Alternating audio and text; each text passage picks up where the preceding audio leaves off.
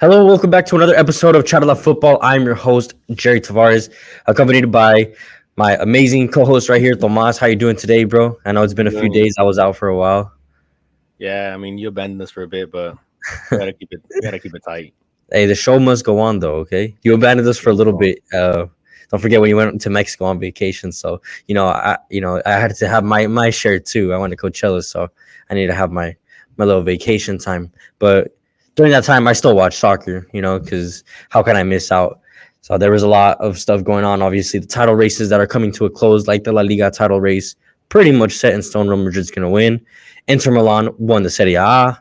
We got the Premier League still hot as ever, so we'll kind of finish with that for the title races, and then we're going to move into the FA Cup drama since there was the semifinals that went on, and there was a lot of controversy there. But I mean, if you really think about it, there's a lot of controversy that happened this weekend, and I think that's really what we should really talk about. We'll talk about La Liga and the El Clásico that happened. There was a lot of drama. Real Madrid, obviously, one step closer to finally winning the La Liga.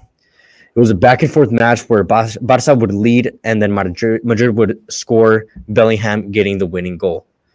But the one of the biggest controversies is that first Lamine Yamal's goal. I think it was the one that everyone says crossed the line, but some people are saying it didn't cross the line. From what I saw, it looked like it crossed the line, but it's just so hard to tell because there's no goal line technology. Yeah, and I'd have to agree with you because there's just I forgot this YouTuber's name, but he's at the Bernabeu. He takes a video of the goal, Mhm.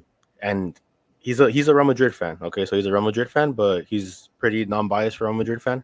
He slows the video down, and the ball clearly looks in the net. Taking it from a fan's perspective, like he was Yeah, on that corner, so you could really see like the ball. It's in. yeah. You could see like the whole ball, like you can't, the whole ball, crosses the post. So for me, it's a goal as well. At first I was hesitant, but then seeing that take, it was like, yeah, it's a goal. And looking at the halftime, I started to think, that Madrid is a beautiful city. Like I would love to live there. Like I was Mhm. just thinking, man, I would love to live there, I mean, who wouldn't, bro? but It's Madrid. I just wouldn't be able to live with like just a constant fear and panic of every time I go to the Bernabeu just to get robbed. I And mean, I'm sure that's how Barca feels right now, bro. it seems That's like they literally what rob happened. everybody. I mean, look, you look at the Girona game. Vinicius scores with the lower part of his Uh, shoulder. This is Shoulder, no yeah, longer or a arm, shoulder. yeah, But then as well, you go to the goal they took against Girona, where he kind of like leaves his arms out and he runs into his hand. I don't even know what they were calling. But then you look at the penalty that they gave. This is for a typical foul that every winger slash forward tends to try to get inside of the box where the the the one defender on leaves Lucas their leg Vázquez, right? out. No, no, the one versus Madrid Barcelona Yeah, the one on Lucas Vázquez, Lucas Lucas Vasquez. Vázquez. Yeah. Yeah, So the defender leaves his leg out, and Lucas Vasquez just slides his leg in that direction yeah, where the defender's leg already is. I've tried that millions of times, and I've gotten so many yellow cards for simulation. simulation. Yeah, And I just don't understand how in the biggest game on earth, really. it was it's funny because it's similar to like the Bukayo Saka Neuer penalty shot too. Yeah, exactly. Bukayo Saka like kind of sticks his leg in the direction where Neuer is coming from. Hmm. So obviously he's going to create a contact. But then they don't call it. Why? Because you're not supposed to call those. That's not a Yeah, penalty. That's never a penalty. and then the And same shit happened over here. it was just it's terrible. I mean, I don't even know if it's refereeing because the only common denominator is Real Madrid. There's been different refs and there's been the same results Hmm. where they just highly favor Real Madrid. And it's just terrible because Real Madrid has a good squad where they're a historic team and they just taint their image, you know, Yeah, because there's 'cause so many everyone. trophies that are valid where they won them completely, playing clean. But just like this one, I just can't. That's 6 points. Take away 6 points from Madrid, that which they shouldn't have gotten. Hmm. Where's the league at really? Yeah, it could have been a much tighter title race, and if anything, it would have made it more of a spectacle if everything's so tight. But Yeah. once it's a clear favorite, and it's in the way that it's being won so far, I mean, it just looks so blatantly obvious that there's some sort of favoritism. I'm not saying that they're like paying them or anything, but it's just like a little. But they're probably scared to record. I mean, to post. My bad, guys. That was a little technical difficulty. I think someone had walked in and I started just talking out my ass. But what I mean is that the referees are kind of like scared to make a call against Madrid because I think what Madrid has been doing recently is like they'll talk badly about the referee prior to the game, like one of the Madrid channels. I don't know if it's like Yeah, they really go into depth and kind of question every call that referee's ever made in his career. yeah. I mean, you see how they dragged out the ref. Well, I think it was versus Valencia. Hmm. I mean, this ref he blew the whistle because the ball was outside of the 18-yard box, which is, in my opinion, I wouldn't have blown the whistle because it's still in the final third of Valencia. Yeah. But it is outside of the box. You get me? Like it's when he blows his whistle, it's out. The ball's outside of the box, and just the slander that he got from Madrid fans, from the those Madrid channels that you were talking about, where that they just slander the ref, and every ref is really much just terrified to make a call against Madrid. Yeah, because They they don't don't. even want to give Who wants Barca to a get goal. who wants to get embarrassed like that on like TV, basically? Yeah. Do you feel like then like the referees are after Barcelona, especially I mean just watching the Clasico specifically? Do you feel like the referees are after them? I don't think they're after Barcelona. I think it's just in favor of Madrid, regardless who they play. Mm, yeah, I can see that makes sense. I also wanted to like just kind of mention like the whole goal line technology. I mean, all the biggest clubs in Europe, they all have invested in goal line technology. I think I saw that it costs around like 3 million to invest in it, give or take. And I mean, that's something so small. When you compare the league and how much revenue that La Liga makes, I'm pretty sure they're like Yeah, in the hundred millions up to billion. billions. Yeah. So why aren't they investing in goal line technology? It's something so simple that everybody has. Why can't they do it? So I saw this on Twitter, and I thought it was funny that the reason that they can't invest in goal line technology is because they're too busy paying the refs to favor Madrid. I mean, maybe who That's the goal line knows? technology. I don't But know, man. you It's know, just jokes aside, it is like really sad to see what would be considered in Europe a top three league not have a goal line technology, not have system. like not having fucking competent referees as well. Yeah, I mean these referees are so soft if you compare them to the The what we prem. have seen in the Champions League or even the Prem. And the Yeah, prem. even I mean even the Italian league is much more. The referees allow play for Mhm. much more time than La Liga. It feels like they're always blowing their whistle. Honestly, La Liga is like the refereeing solely comparing the refereeing. I'm not comparing the leagues. It's really alike to the Liga MX where anything outside of you touching the ball is a foul. Mhm. So it's just so soft. And I don't know. There has to be a lot of reformation in La Liga if they really want to be able to hold themselves to the standards of what the Prem is or even what said La Serie A is. Yeah, I completely agree. Now, all controversies aside, I mean, we saw that Bellingham winner. It's his second winner in a Clasico. Obviously, he scored in the first game against Barcelona. Barcelona at the Montjuic, Yeah. and he did it at the Santiago Bernabeu in a highly entertaining game. So, with that being said, is Bellingham, giving the stats that he's putting up, on track to win the Ballon d'Oro this year? I know a lot of people have been talking about Ballon d'Oro shouts for him, for the likes of Erling Haaland and Mbappe. But I mean, Bellingham is up there. I think he's up there. Yeah, I mean for sure he's up there. And I need to stay off Twitter, but I saw that Messi was in the preliminaries. He was in the top three. So I would Messi, hope not because he's not even playing in Europe, so it wouldn't even make sense. And I I love mean, Messi. I mean, who doesn't love Messi? But it wouldn't be deserved anymore. if we look at the past Ballon d'Oro where a lot of people said Haaland deserved it, Mhm. and this Ballon d'Oro, they say Bellingham deserves it, and just to see Messi walk up there and get his next Ballon d'Oro, it would just be I It'd be mean, special. I wouldn't even be surprised, bro. Because I mean, there's that talk of the Super Balón de Oro where they're like gonna bring like the best player, a Balón de Oro for being like the best player in like 20 years or Yeah, something like that. And I'm pretty. It sounds like it's made up. I think it's happened before in the past, but I mean, I don't know. It's just all these little things in football that are just so controversial that it really doesn't need to. Like there's no need to be so technical and be so weird in this sport when it's such a simple sport. But that yeah. pretty much at least wraps up La Liga as a whole. Like La Liga, I mean, now it was an 8 point gap. Now we're looking at a 11 point gap.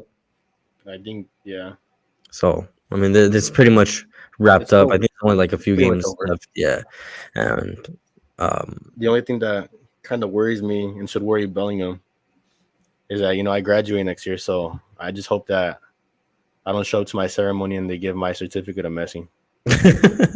stupid.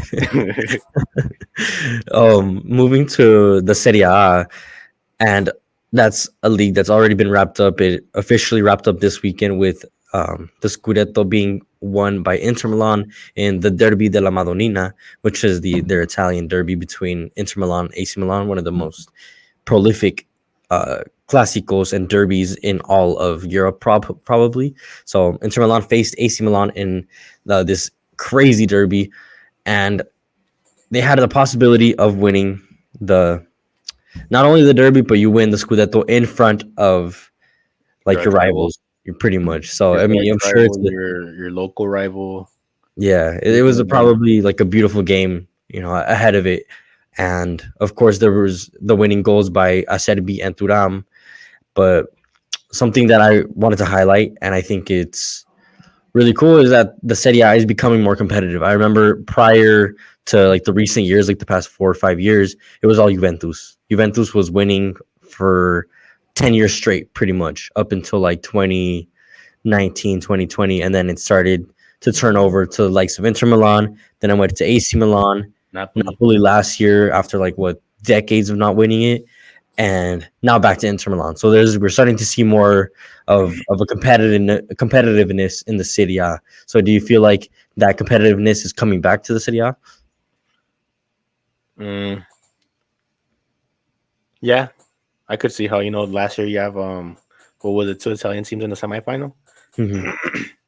and this year the Serie A is becoming more competitive overall as a league, and I feel like it's what much helps more is balanced. It's much more balanced than any other league in Europe right now. yeah. I think Because you have that Juventus downfall definitely helps. yeah. I mean, Juventus isn't that bad of a team, but they just really don't have the depth that they used to have, nor the fear that they would implement into teams when they would go, play against them. But overall, as a league, the Serie A has become more competitive and more balanced, and Mm-hmm. it helps overall because it's not just Juventus' downfall because Inter Milan made it to the final last year.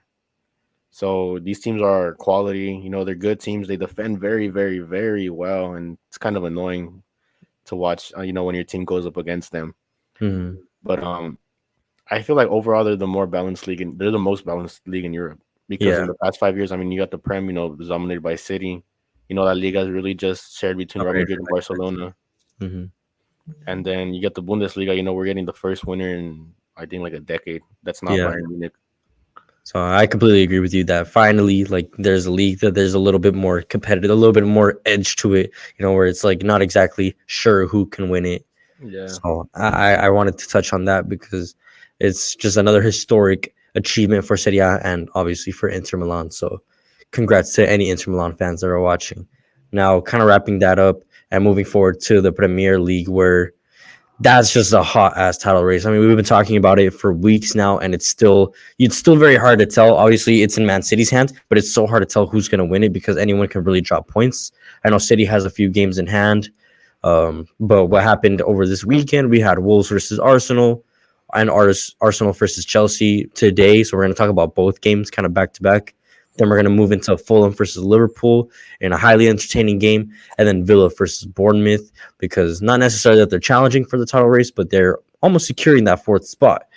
So let's first get into those Arsenal games because they kind of played very quick successive games. They played on Saturday and then they played today. So Wolves versus Arsenal. With their win against Wolves, they moved temporarily to first. So how does that look moving forward? Arsenal has hit a good stride, these past two games. Well, we'll talk about Wolves first.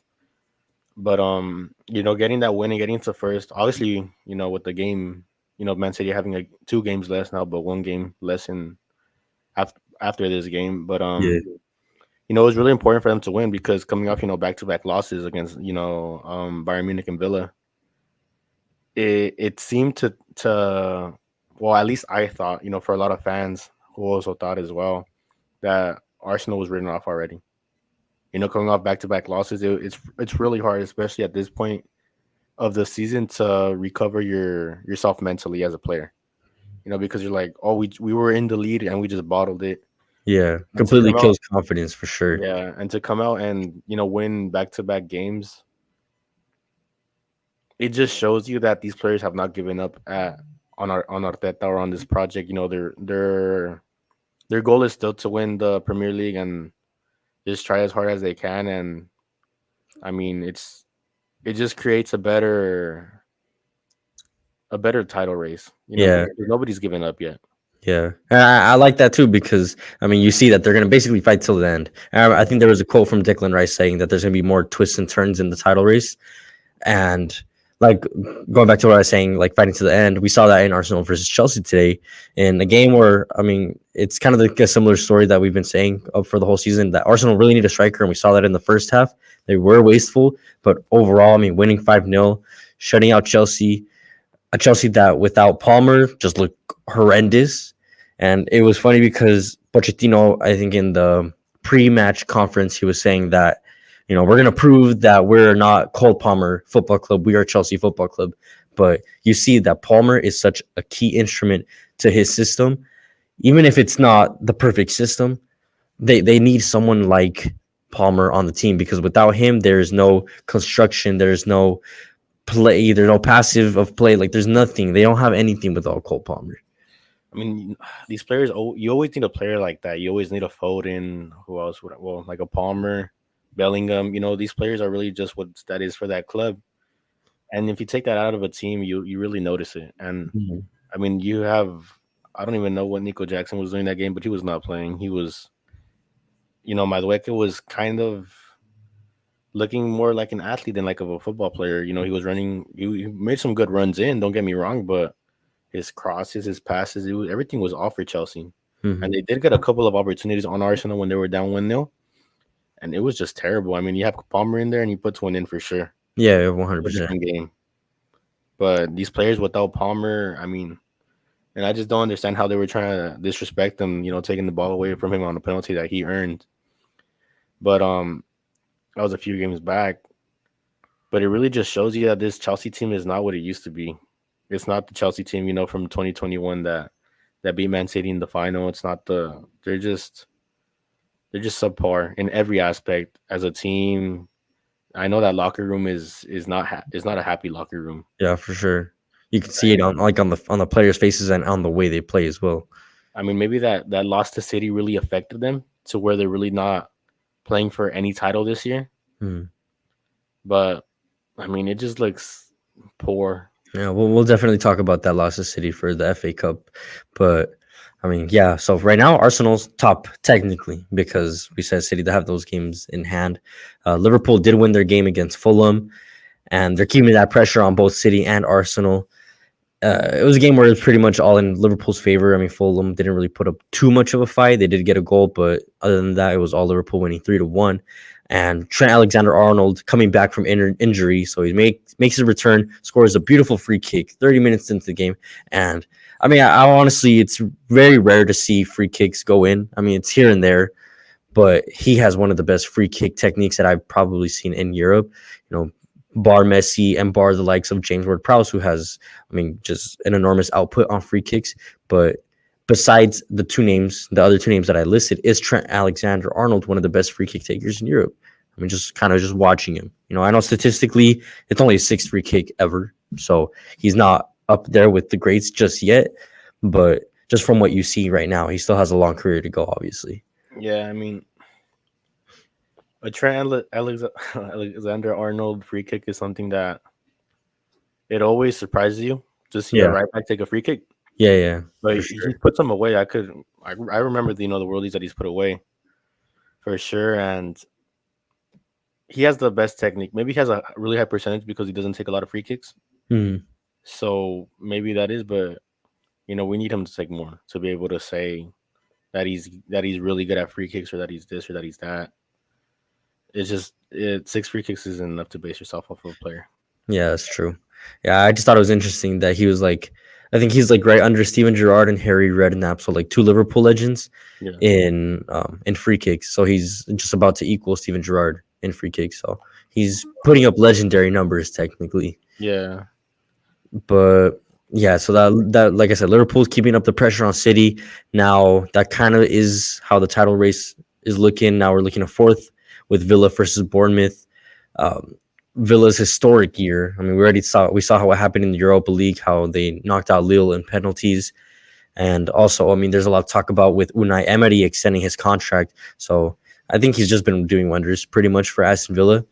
And I mean, we're seeing it just become this historical thing, taking them to a European semifinal in, I think, years. And now they're almost everything but secured at that fourth spot. So, I mean, we'll see what happens in the next few games. Like, it's basically coming to a close.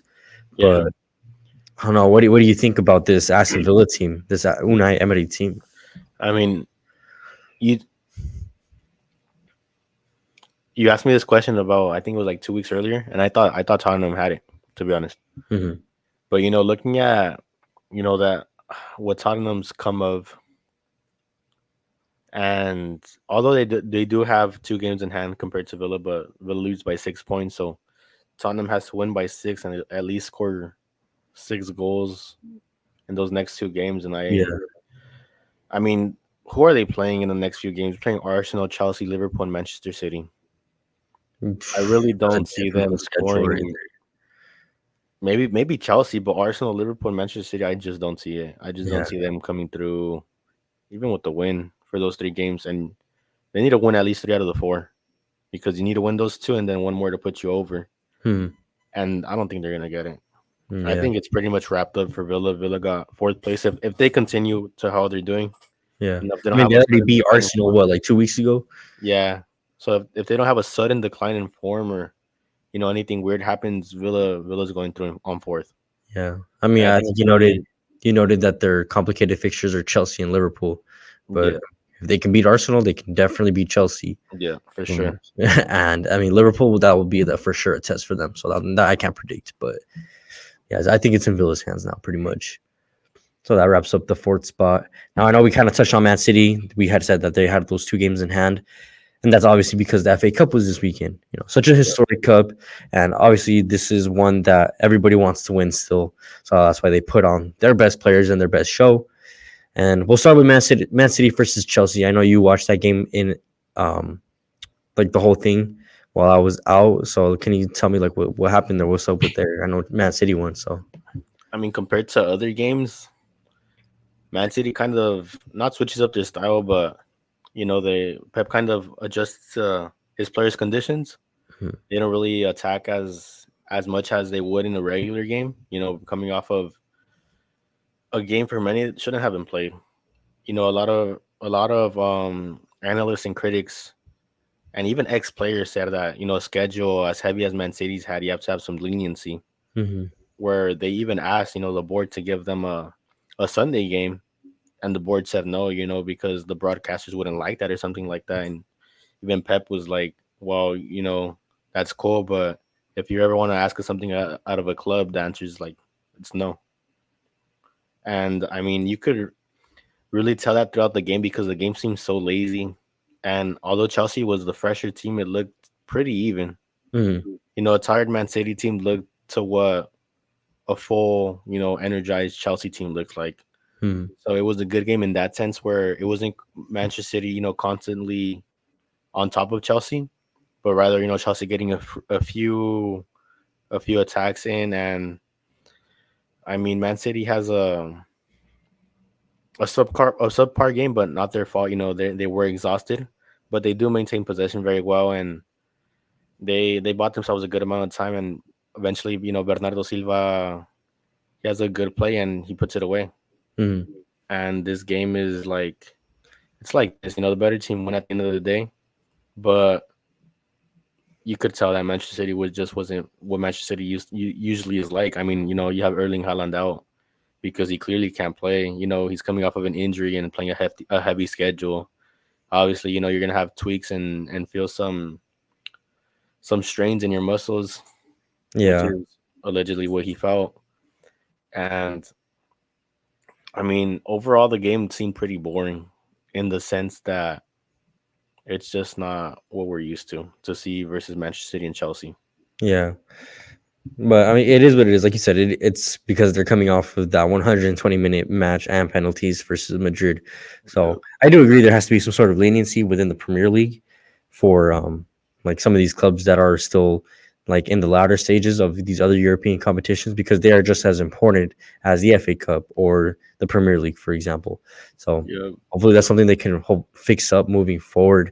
Now, a game that was the complete opposite of what we saw between Chelsea and Manchester City. Something super highly entertaining and one that I was actually able to get my hands on and watch because it was kind of early in the morning and I was up and ready for it. Coventry versus Manchester United. I know Coventry was getting a lot of um, Praise. publicity. Yeah, Yeah. a lot of praise, a lot of publicity because I mean, to make it this far as a championship team, going to the semifinals is just such a big accomplishment. But it's not like they're the best team in the championship either. They're in eighth place. Yeah. They're just a mid-table team in the championship, and you can say the same thing about Man United. Even though they're historical right now, they're kind of just they're fighting, trying to just get into Europe. And we kind of saw that play out for a little bit. An hour into the match, you saw Man United just completely dominate, winning up 3-0. And against all odds, you saw this Coventry team, grab themselves by the balls. And then within the last 20 minutes of the game, they pretty much could have won it. They tied it, and we're looking at extra time, and they could have won that game if it wasn't for a controversial offside goal. And it was funny because there was people saying that if Haji Wright had cut his toenails that morning, he would have been onside. Yeah, for So sure. I mean, it's really millimetrical and there's been this offside reform where if any part of your body or what they kind of want to implement where any part of your body is in line with the defender, you're onside. mhm. And I think that's pretty fair because I mean Haji Wright's left foot really what advantage does it really have over the defender? Yeah, You know, because he's we're like looking, we're like right next talking to each other. fractions. We're literally talking about something so minuscule. Like, is that really much of an advantage? There's a lot of people talking about that, saying that VAR is basically killing the human aspect of the game. It's Yeah. it's been like that, and that was the controversy even before VAR was implemented, and it does suck to see because I mean it's such a beautiful story that if Coventry were to make that comeback and then go on to the final, I mean that's like free promotion almost for the Premier League and for the FA Cup. Yeah. Versus another Man City Man United game. Yeah, it's cool. It's a derby, but I mean, we saw it last year. Like, it would be even better to see a championship team that's struggling, like an up and coming underdog, versus one of the best teams in Europe. I mean, who wouldn't want to see something like that too? Yeah. And Coventry, I'd say, in my opinion, deserve to win that game. And I know a lot of people will agree with me. That's not Yeah, far me fetched. too. Yeah, And it just seems so pathetic for Manchester United to win the way that they did. yeah. You know, On coming that, up do you with think that Manchester United were embarrassed or should be embarrassed by the way they handled the end of the game? Pretty much. pretty much, yeah, I feel like they should have been 100% embarrassed. And you notice it, they don't really celebrate it. They're kind of hesitant to celebrate, Hmm. advancing against a championship team where they were up 3-0. I remember seeing Hoyland, like, after he scores a penalty, he like runs to the crowd and he's like going crazy, and everybody's just like walking towards him, and he turns around, and he's like, "Oh shit!" Like, no one's celebrating, pretty much. Yeah. And it just really tells you like how Manchester United should have had this game resolved, a long time ago, way long before any penalty kicks were taken. Mm, But it just shows you the heart of Coventry. You can never count the opposition out, no matter if they're a division under you, no matter of anything. mm. And don't think Manchester United deserve to advance in any aspect. And you have Eric Ten Hag saying that that somehow now they're favorites versus Manchester City when the whole world saw that you passed really just on luck Hmm. because the team that truly deserved it was Coventry. Yeah, no, 100%. Now, on the topic of Eric Ten Hag, I know he mentioned that if they win the FA Cup, it's still not enough because they want to win more, and that should be expected. If you're the manager at Manchester United and such a historical club like Manchester United, you are expected to win everything and be competing for everything. But if they win the FA Cup, given like all the circumstances going on pretty much around in and around the club, if they win the FA Cup, does that make their season successful, or is it just, or is this performance against Coventry like the perfect excuse for these new owners to be like, nah, we got to let him go no matter what? Um, the thing with Manchester United, and I don't know if it's the coach. I don't. A lot of people blame the owners. More people will blame the owners than the coach. Mm, But they're the highest spending Premier League side. A lot of people want to call Manchester City Oil FC or Oil this or Oil that, but they're really Manchester City doesn't really spend their money on players that are, how would I say this, like Anthony, like attractive to the eye. You get me? They buy players that fit their system, and I don't know who's waving off these transfers, but if a player that you're looking at doesn't fit the system that you're trying to implement, why would you acquire that player? for yeah. Like you're spending 100 million on Anthony, and I mean, Garnacho performs better than him week in and week out. Hmm. So I don't know if it's the owners that want big names or if it's Ten Hag, who wants big names because, Anthony did play for At Ajax. at Ajax. Hmm. So the thing with this is that it's just so complex to try to pinpoint one thing, but to be the highest spending Premier League side team in the league where you have spenders like Chelsea, who spend $1 billion, like City, even Newcastle is starting to spend a lot more now. But to be there and to be in mid-table, spending this much money and trying to fix your season off of FA Cup, where in the semifinals you struggled against a championship side. I mean, that's pretty much the definition of what a lot of people call an oil club Mm. or a modern day, only money club. Because I mean, there's no other way that you could like describe this team. Like how would like you spend this much money yet you get zero results? Literally, yeah. So that 100% makes it an unsuccessful season, if even if they win the FA Cup, which I mean it's highly unlikely because Manchester City against Manchester United, we've already seen it plenty of times, and we know the outcome to that too. Yeah. I mean, Manchester City versus Manchester United, this like the modern day rivalry was really only, you know, exciting when Jose Mourinho was there. Hmm. Jose Mourinho. After that, I really don't remember a game where I'm like excited to watch Manchester United, Manchester City. It's really just, oh, Manchester United, Manchester City. Oh, okay. Like, let's see how much City wins by. You know, it's Well, not. I know that effect that will become controversial to a lot of Man U fans. The real fans that have been watching Manchester United for years. but it's a hard But reality at the it's end of the the day. reality. Your Yeah. club it hasn't won a Premier League title since when, like 2013. Hmm. Like it's been more than a decade that you won a Premier League. It's been really more than like 6 or 7 years where you're really threatening to any club that's in the top six. Hmm. And it's just And it's unfortunate too because I mean they are one of the greatest teams in the world. Like not yeah, we're not even talking about England. We're talking about in the world. They're a worldwide known brand, so it shouldn't be like that. So hopefully moving forward, there's some sort of change. I know they're bringing in new ownership, and I mean hopefully that does something better for them. But I mean we're looking at Eric Ten Hag's probably final season, final days as a Manchester United coach, and I mean good for him because it's just not working out pretty much. But that pretty much covers everything that happened this weekend. I know there wasn't like too much going on, but there was just enough exciting things to talk about. yeah, But again, thank you, Tomas, for always helping me out, for always being here on the pod when when we do record. And to those who are listening, make sure to support your small creators because together we'll make it big. And make sure to follow CharlaFootball at CHARLA Football on all socials and on the website too. You can also find the links to the socials on there. And yeah, we'll see you guys on the next one.